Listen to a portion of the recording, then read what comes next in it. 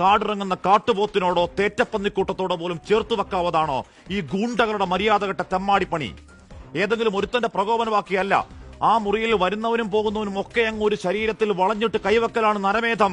എന്നിട്ട് പറയും 1-ാം number police, Janamaithri, എന്നാ മൈത്രി? അഹങ്കാരമാണ്. അവനൊരു പ്രതിപക്ഷക്കാരൻ, സാധാരണക്കാരൻ, ഒരു പൂജാരി. വീട്ടിൽ കയറി തിരിച്ചടിക്കുന്ന ഉറപ്പിലാണ്, ഒടുക്കത്തെ കോൺഫിഡൻസ് ആണ്. ഈ സംസ്ഥാനത്തിന്റെ ഗൂണ്ടാ ലിസ്റ്റിൽ ആദ്യ 10 ഗുണ്ടകൾ ഒരുത്തന്റെ ദേഹത്ത് കൈവക്കാൻ ധൈര്യമുണ്ടോ സാറമാനെ? മുട്ടുവറയ്ക്കും, നിങ്ങളൊക്കെ മൂത്രമൊഴിക്കും കാലുവഴി.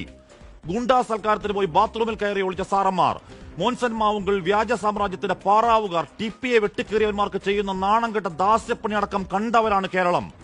ആ വേദനയുടെ വർഷങ്ങളിൽ ഒരു കുറ്റവും ചെയ്യാത്തൊരു പൊതുപ്രവർത്തകന്റെ അകത്താളിയ തീയാണ്.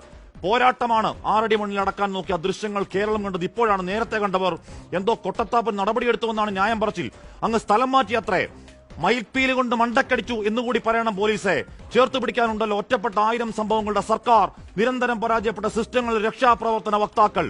ആ ക്ലീശയ വർത്താനങ്ങൾ മാറ്റിവെച്ച് ഈ നരാധമന്മാരുടെ കാക്കിയൂരി കാപ്പ ചുമത്തി നാട് കടത്തിയില്ലെങ്കിൽ, കേരളത്തോട് സമസ്താപരാധം പറയുന്നില്ലെങ്കിൽ, ആഭ്യന്തര വകുപ്പെ, സർക്കാരെ, ഒരു അയ്യപ്പ സംഗമവും രക്ഷയ്ക്കെത്തില്ല. ഈ അട്രോസിറ്റി കണ്ട് ഗതികെട്ട മനുഷ്യന്റെ പൊട്ടുന്ന രോഷം ജനകീയ വിചാരണ.